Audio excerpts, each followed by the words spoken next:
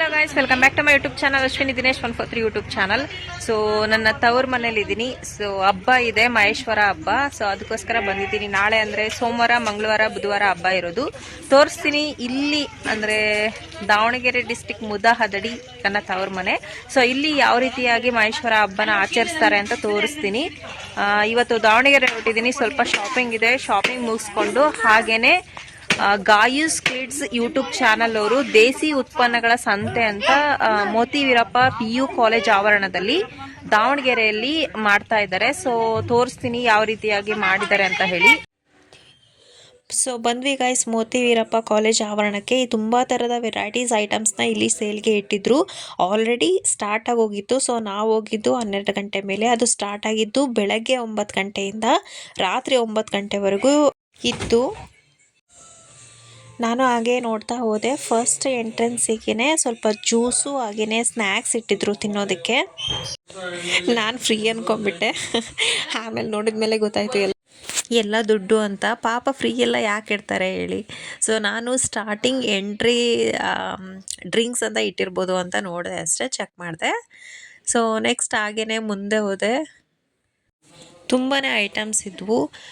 ಗಾಣದ ಎಣ್ಣೆ, ಮಗ್ಗದ ಸೀರೆಗಳು, ಕುಂಬಾರಿಕೆ ವಸ್ತುಗಳು, ಸಿರಿಧಾನ್ಯದ ತಿಂಡಿ ತಿನಿಸು, ಉಪ್ಪಿನಕಾಯಿ, ಎರಕ, ಕಂಚು, ಹಿತ್ತಾಳೆ, ಕಲ್ಲಿನ ವಸ್ತು, ಆಯುರ್ವೇದ ಸಾಮಗ್ರಿಗಳು, ಸಾವಯವ ದಿನಸಿ, ರಾಸಾಯನಿಕ ಮುಕ್ತ ಅರಿಶಿಣ ಕುಂಕುಮ, ಪೂಜಾ ಸಾಮಗ್ರಿಗಳ, ಹೀಗೆ 10 ಹಲವಾರು ಐಟಮ್ಸ್ನ ಇಟ್ಟಿದ್ರು.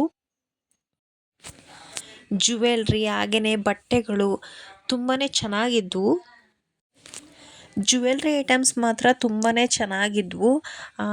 ಸರಗಳು, ಇಯರಿಂಗ್ಸ್ ಹಾಗೆಯೇ ಬ್ಯಾಂಗಲ್ಸ್ ತುಂಬಾ ಚೆನ್ನಾಗಿದ್ವು. ತುಂಬ ಜನ ಪರ್ಚೇಸ್ ಮಾಡ್ತಾನೆ ಇದ್ದರು.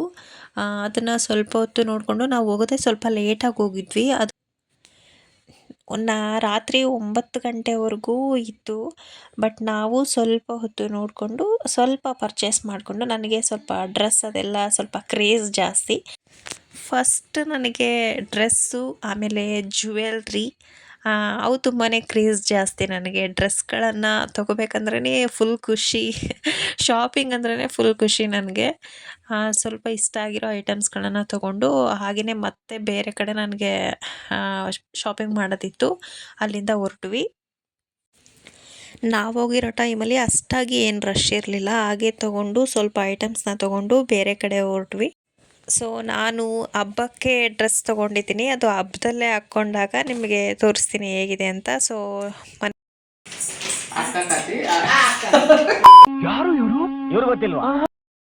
ಇವರು ನಮ್ಮ ಅಕ್ಕ ಹತ್ತೂರು ಗದ್ದಿಗಮ್ಮ ಅಂತ. ಇವರು ಸ್ಪೆಷಲ್ ಚಿಗ್ಳಿ ರೆಡಿ ಮಾಡ್ತಾ ಇದ್ದಾರೆ. ನಿಮಗೆಲ್ಲ ರೆಸಿಪಿ ತೋರಿಸ್ತೀನಿ, ಮಾಡ್ಕೊಂಡು ತಿನ್ನಿ, ಸೂಪರ್ ಆಗಿರುತ್ತೆ. ಏನೇನು ಹಾಕಿದ್ದಾರೆ ಹೇಳ್ರಿ. ಜೀರಿಗೆ, ಬೆಳ್ಳುಳ್ಳಿ, ಬೆಲ್ಲ, ಮೆಣಸಿನ ಪುಡಿ, ಇಷ್ಟು ಹುಣಸೆಹಣ್ಣು ತಗೊಂಡಿದ್ದಾರೆ. 1-2 ಸ್ಪೂನ್ ಜೀರಿಗೆ ತಗೊಂಡಿದ್ದಾರೆ. 2 ಕುಡುಕಿ ಬೆಲ್ಲ ತಗೊಂಡಿದ್ದಾರೆ. ಬೆಲ್ಲ ಜಾಸ್ತಿ ಇರ್ಬೇಕು. ಮತ್ತೆ ಉಪ್ಪು, ರುಚಿಗೆ ತಕ್ಕಷ್ಟು ಉಪ್ಪು. ಪ್ರೆಗ್ನೆಂಟ್ ಇರೋರಿಗಂತೂ ಸೂಪರ್ ಆಗಿರುತ್ತೆ ತಿನ್ನಕ್ಕೆ. ನೋಡ್ರಿ, ಟ್ರೈ ಮಾಡ್ಕೊಂಡು ತಿನ್ನಿ. ಅಯ್ಯಯ್ಯೋ, ಹತ್ತೂರು ಗದ್ಗಮ್ಮನವರು ಸೂಪರ್ ಆಗಿ ಚಿಗ್ಳಿ ರೆಡಿ ಮಾಡ್ತಾ ಇದ್ದಾರೆ ಇವಾಗ. ನಾನಲ್ವಾ? ಹುಣಸೆ ಹಣ್ಣು ಇಷ್ಟು ತಗೊಂಡಿದ್ದಾರೆ. ಈ ಕಡೆ ಬಮ್ಮನ.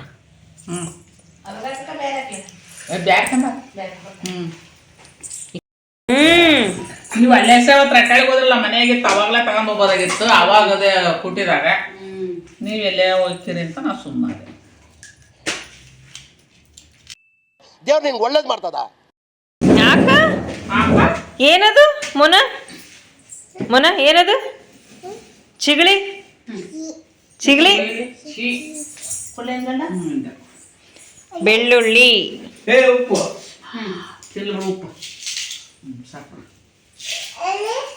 ಎಷ್ಟೊಂದು 10 ಎಲ್ಲಿ 10 ಬೆಳ್ಳುಳ್ಳಿ. ಇಷ್ಟು ಹುಣಸೆ ಹಣ್ಣಿಗೆ 10 ಬೆಳ್ಳುಳ್ಳಿ ಹಾಕ್ತಾ ಇದ್ದಾರೆ. ಉಪ್ಪಿಲ್ಲ ಅವ್ರಿ ಬೆಳ್ಳುಳ್ಳಿ ಸಿಪ್ಪೆ ಬಿಡಿಸಿ ಹಾಕ್ತಾ ಇದ್ದಾರೆ.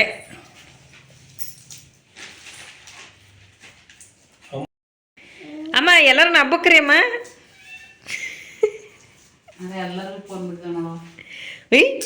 ನಾನು ಈ ಫಾಲೋವರ್ಸ್ನ ಕರಿ ನೀನು.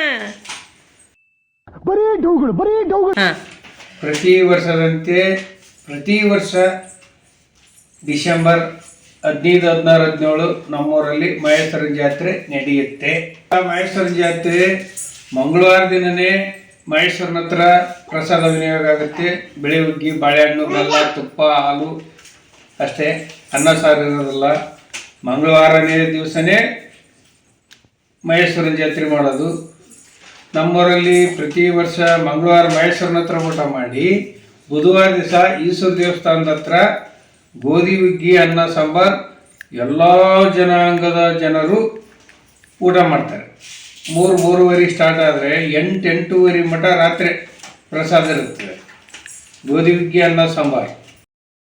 ಸೋಮವಾರ ಬೆಳಗಿನ ಜಾವ ನಮ್ಮೂರಿಗೆ ಆಂಜನೇಯ ಸ್ವಾಮಿ, ಬಸವಣ್ಣ, ಅಲ್ಲಿತಿ ಗ್ರಾಮದೇವತೆ ದುರ್ಗಮ್ಮ, ಏಕೆಹಟ್ಟಿ ದುರ್ಗಮ್ಮ ಹಾಗೂ ಬೇರೆ ಊರಿಂದ ನಾಗರಸನಹಳ್ಳಿ ವೀರಭದ್ರೇಶ್ವರ ಸ್ವಾಮಿಯನ್ನು ಕರ್ಕೊಂಡ್ಬರ್ತಾರೆ.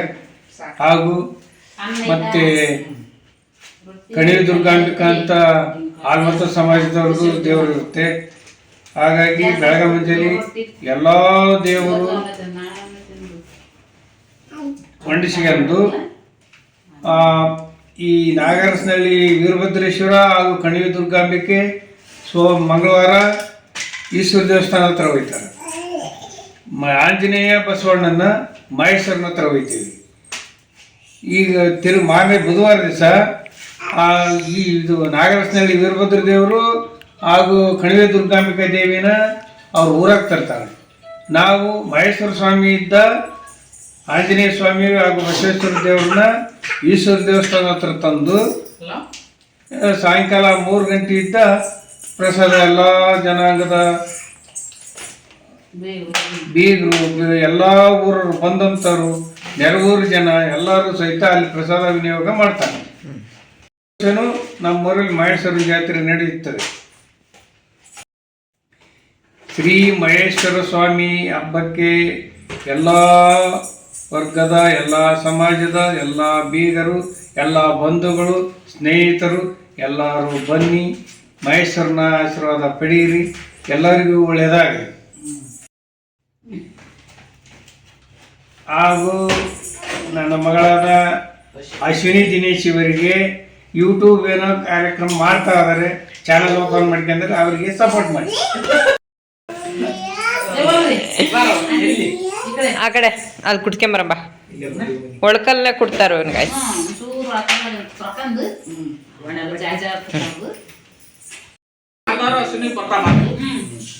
ಇಬ್ಬರು ಸರಿಯಾಗಿ ಎರಡು ಕುಡಿಗೆ ಎಲ್ಲ ಸರಿಯಾಗಿ ಜೀರಿಗೆ ಹಾಕಿ ಅನ್ನಿಸ್ಬೇಕು. 3 ಕುಡಿಕೆ ಬೆಲ್ಲ.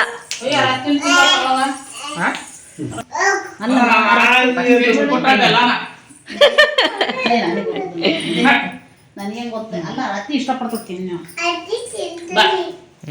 ಬನ್ನಿ ಒಳಕಲ್ಲಿಗೆ ಹೋಗ್ಬರ ಕುಟ್ಟಾಕ.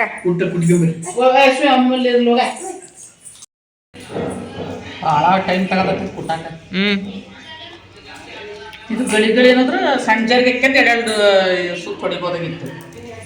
ದೌಡ್ನೂರಿ ಕುತ್ತು ಅದು ಹಿಂಗೆ ಕುಟ್ಟಿದ್ರೆ ಕೆಡಲ್ಲ, ಅದು ಮಿಕ್ಸಿಗೆ ಹಾಕಿದ್ರೆ ಕೆಟ್ಟೋಕತಿ.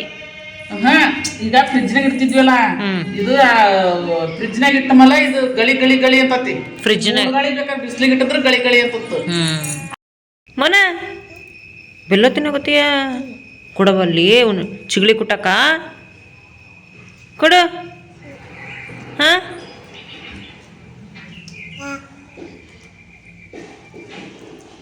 ಅಕ್ಕಿಲ್ಲ ದಳಕ್ಕ. ಹಾ, ಅಲ್ಲದಳ ಹಕ್ಕು ಹಕ್ಕು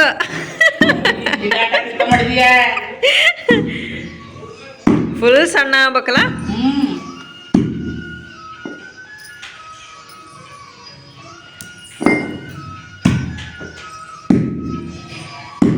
ಕುಟ್ಕುಟ್ಟೆ ಸಾಕ ಹೋಗತಿ. ನಮಗೆ ಯಾರೇ ಮುಂದೆ ತಪ್ಪಾಯ್ತು ನಮ್ಮ ಮನೆಯಾಗಿರೋದು. ಮನೆ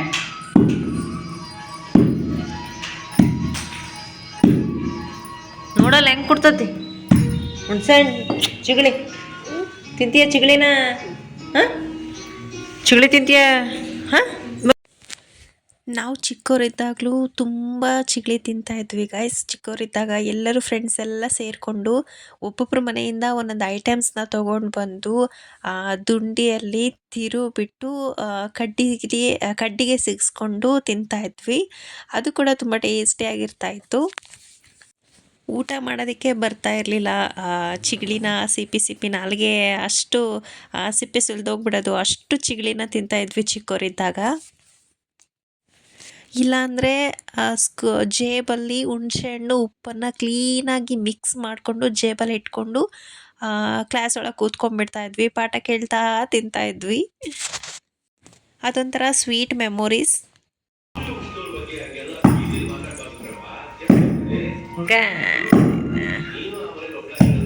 ಹೊಡೆಂಬತ್ತು ಮನ ಇಲ್ಲಿ ಆನ್ ಇಲ್ಲಿ ಏನು ತಿನ್ನಕತ್ತಿ ನೋಡು ಆನ್.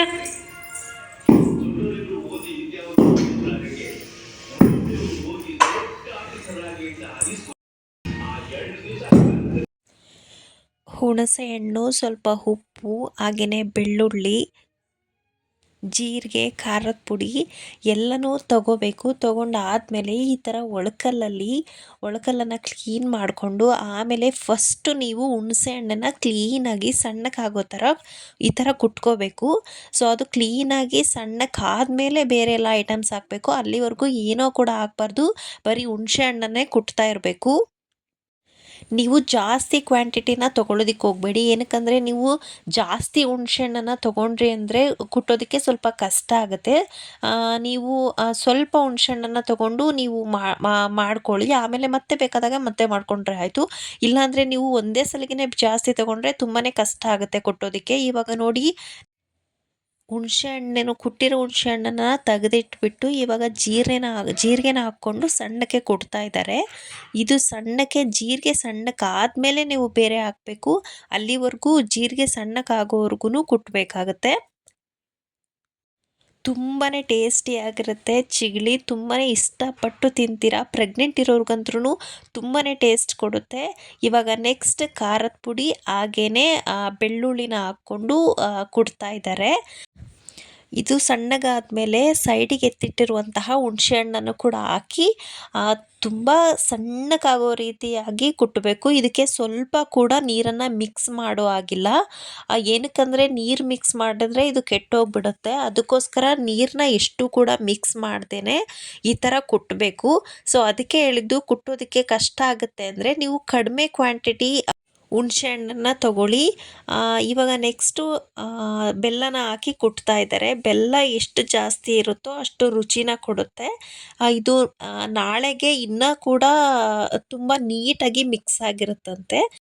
ಸೊ ನಾವು ಜಾಸ್ತಿ ಹುಣಸೆ ಹಣ್ಣನ್ನು ಕೊಟ್ಬಿಟ್ಟಿದ್ವಿ. ಪಾಪ ಅವರು ಕುಟ್ಟಿನೇ ಸಾಕಾಗೋಗ್ಬಿಟ್ರು. ಏನಕ್ಕಂದರೆ ಈ ಥರ ಕುಟ್ಟಿ ತಿನ್ನೋದ್ರಲ್ಲೇ ತುಂಬ ಟೇಸ್ಟ್. ಮಿಕ್ಸಿ ಹಾಕೋದ್ರಿಂದ ಅಷ್ಟು ಟೇಸ್ಟ್ ಕೊಡೋದಿಲ್ಲ. ಕುಟ್ಟಿ ತಿಂದ್ರೇ ತುಂಬ ಟೇಸ್ಟ್ ಕೊಡೋದು. ನೋಡಿ ಎಷ್ಟು ಸಣ್ಣಗೆ ಮಾಡಿದ್ದಾರೆ ಅಂತ. ನೀವು ಕೂಡ ಮನೆಯಲ್ಲಿ ಮಾಡ್ಕೊಳ್ಳಿ, ತುಂಬ ಟೇಸ್ಟಿಯಾಗಿರುತ್ತೆ. ಇದಕ್ಕೆ ಸ್ವಲ್ಪ ಕರಿಬೇವಿನ ಸೊಪ್ಪನ್ನು ಕೂಡ ಆ್ಯಡ್ ಮಾಡ್ಕೋಬಹುದು. ಉಪ್ಪು, ಹುಳಿ, ಖಾರ ಹಾಗೆಯೇ ಸಿಹಿ ಎಲ್ಲನೂ ಕ್ಲೀನಾಗಿ ಕರೆಕ್ಟ್ ಕ್ವಾಂಟಿಟಿನಲ್ಲಿ ಹಾಕಿದ್ರಿ ಅಂದರೆ ತುಂಬ ಟೇಸ್ಟಿಯಾಗಿ ಬರುತ್ತೆ ಚಿಗಳಿ. ಮಕ್ಕಳು ಕೂಡ ತುಂಬ ಇಷ್ಟಪಟ್ಟು ತಿಂತಾರೆ. ನಾವು ಕುಟ್ತಾ ಇದ್ದಾಗೇ ಸ್ವಲ್ಪ ತಗೊಂಡು ತಿಂದುಬಿಟ್ಟಿದ್ವಿ ಆಲ್ರೆಡಿ. ಸೊ ಇವಾಗ ನೋಡಿ ಎಷ್ಟು ಸಣ್ಣಗಾಗಿದೆ ಅಂತ. ಈ ಥರ ಸಣ್ಣಗಾದರೆ ತುಂಬ ಟೇಸ್ಟಿ ಆಗಿರುತ್ತೆ. ಫೈನಲಿ ಈ ಥರ ರೆಡಿಯಾಗಿದೆ ನೋಡಿ ಗಾಯ್ಸ್. ಒಂಥರ ಕೆಂಪು ಚಟ್ನಿ ಥರನೇ ಕಾಣಿಸ್ತಾ ಇದೆ. ಅಷ್ಟು ಸಣ್ಣಗೆ ಕುಟ್ಟಿದ್ದಾರೆ. ಸೊ ಚಿಗಳಿ ಅಂತಲೇ ಅನ್ನಿಸ್ತಾ ಇಲ್ಲ, ಅಷ್ಟು ಚೆನ್ನಾಗಿ ಕಾಣಿಸ್ತಾ ಇದೆ. ಸೊ ತುಂಬ ಟೇಸ್ಟಿಯಾಗಿ ಕೂಡ ಇದೆ. ನೀವು ಕೂಡ ಟ್ರೈ ಮಾಡ್ಕೊಳ್ಳಿ. ಒಮ್ಮೆ ಟ್ರೈ ಮಾಡಿ ನೋಡಿ, ತುಂಬ ಇಷ್ಟಪಟ್ಟು ತಿಂತೀರಾ. ಓಕೆ ಗಾಯ್ಸ್, ಇವತ್ತಿನ ವಿಡಿಯೋನ ಮುಗಿಸ್ತಾ ಇದ್ದೀನಿ. ವಿಡಿಯೋ ಇಷ್ಟ ಆಗಿದ್ದರೆ ಒಂದು ಲೈಕ್ ಮಾಡಿ, ಕಮೆಂಟ್ ಮಾಡಿ, ಹಾಗೆಯೇ ನಿಮ್ಮ ಫ್ರೆಂಡ್ಸ್ ಆ್ಯಂಡ್ ಫ್ಯಾಮಿಲಿಗೆ ಶೇರ್ ಮಾಡಿ. ಇನ್ನೂ ಯಾರೆಲ್ಲ ನನ್ನ ಚಾನಲ್ ಸಬ್ಸ್ಕ್ರೈಬ್ ಆಗಿಲ್ಲೋ ಪ್ಲೀಸ್ ಸಬ್ಸ್ಕ್ರೈಬ್ ಮಾಡ್ಕೊಳ್ಳಿ, ಹಾಗೆಯೇ ಸಪೋರ್ಟ್ ಮಾಡಿ guys. Okay friends, take care, bye ಬಾಯ್.